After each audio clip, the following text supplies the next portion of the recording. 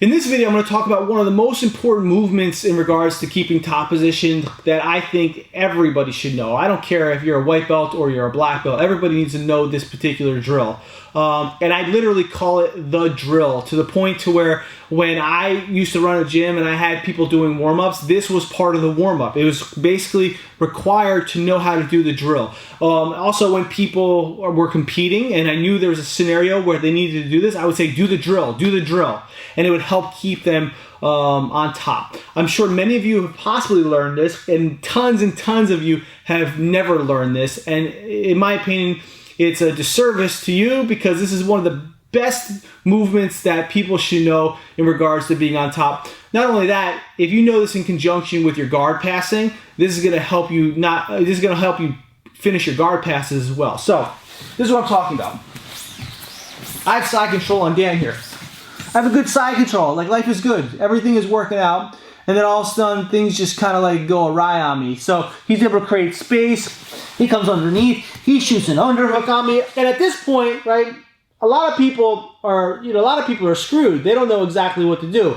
They either try to push the person down in some way, or they still keep trying to hold. They get super stubborn, or they might go for like Bravo chokes, all right? Obviously, a Bravo choke is there, but if he knows the Bravo choke is there, or what other people call the Darce choke, then he's not going to make it easier for me to get it because he understands what my attack is. He's not just shooting the underhook and not paying attention to the fact that I can still go for submissions, because Dan has experience here. So we want to go based on the fact that we're rolling with somebody who has experience.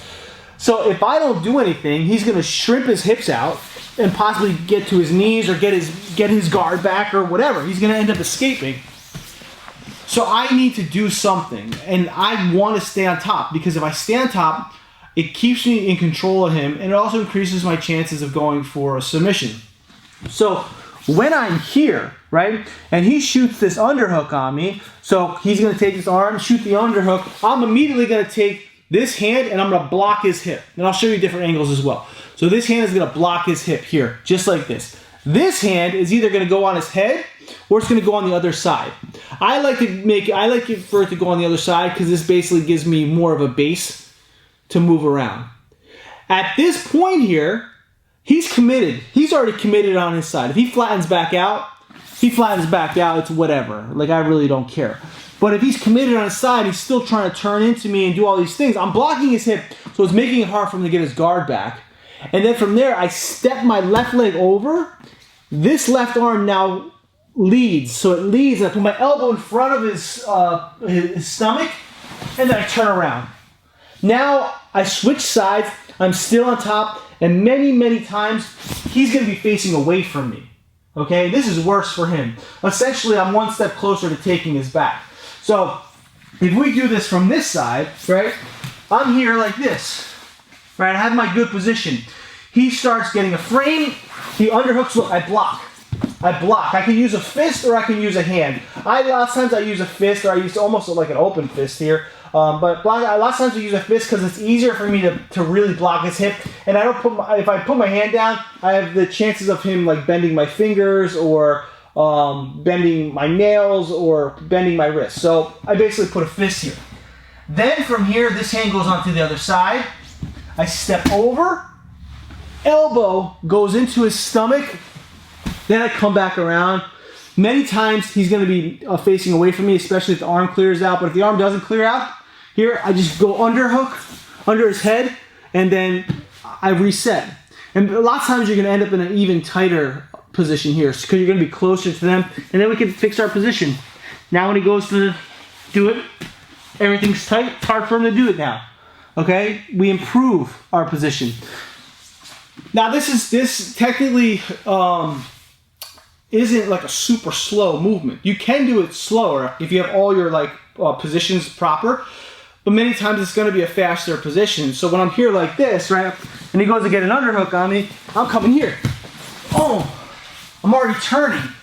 If he's adamant about escaping, he goes to underhook me again. Look, I'm blocking. Keep going. Give it to me. Bam. And then I get on top. Then I stay on top. I don't get on top. I stay on top. This is one of the most underrated movements in my opinion. I teach seminars, And what I do is I have people basically have another person in side control. I say let them get an underhook and let them try to get out. And even if they've learned this before, almost nobody does it, because they don't have it in their brain. You need to have this in your brain. This is extremely important, especially if you combine this with guard passing, because there's times where you go to pass the guard, you go to get the person in side control, he's escaping during transition by doing an underhook, you hit the drill, you pass the guard, and you're on top. All right, this is extremely underrated in my opinion. And you could practice this by basically going back and forth. So if I'm here like this, he goes,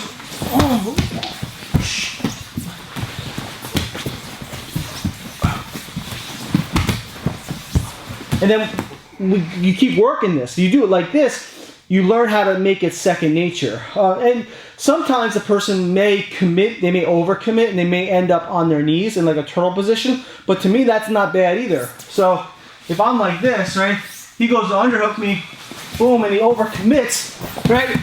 Now I have him stuck in the turtle. Here, now I can attack him here. I can start working to attack his back. I could also work to slide my hook in during transition. But the point is, this particular movement is highly recommended.